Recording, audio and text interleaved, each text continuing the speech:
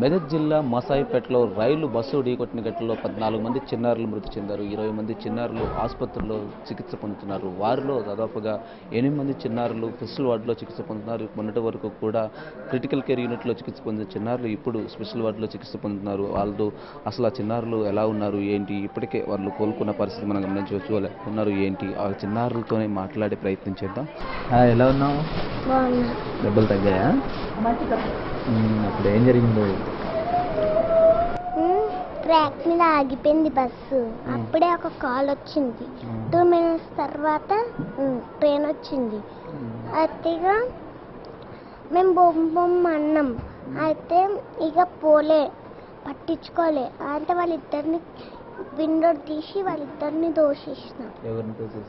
మైపాల్ రెడ్డిని, సబ్బవని. Driver uncle ఏమైనా ఫోన్ మాట్లాడుతున్నాడు? అప్పుడు కాల్ వచ్చింది. Hi Satvika, how are you? I'm fine. ఫైనా? దెబ్బలు తగ్గాయా? తగ్గలే, ఇంకా కాలి తగ్గింది. అప్పుడు ఏం జరిగింది?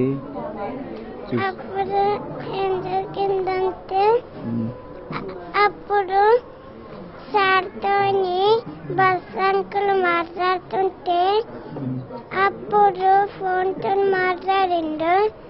ఆయన ట్రైన్ వచ్చి బస్సు గుంటుంటే నేను కిటికీలకించి కింద పడ్డా.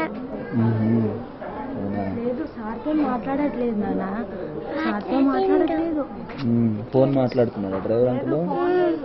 ఆసుపత్రిలో చికిత్స పొందుతున్న చిన్నారుల పరిస్థితి ఇప్పుడిప్పుడే కోలుకుంటుంది. మరోవైపు 8 మంది చిన్నారులు స్పెషల్ వార్డులో చికిత్స పొందుతుంటే మరో 8 మంది చిన్నారులు క్రిటికల్ యూనిట్లో చికిత్స పొందుతున్నారు. ఇదిలా ఉంటే 4 పరిస్థితి విషమంగా ఉంది.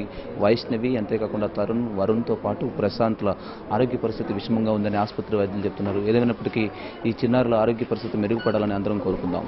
వీడియో జర్నలిస్ట్ రాజుతో తాతాజీ, ఎక్స్ప్రెస్ టీవీ, హైదరాబాద్.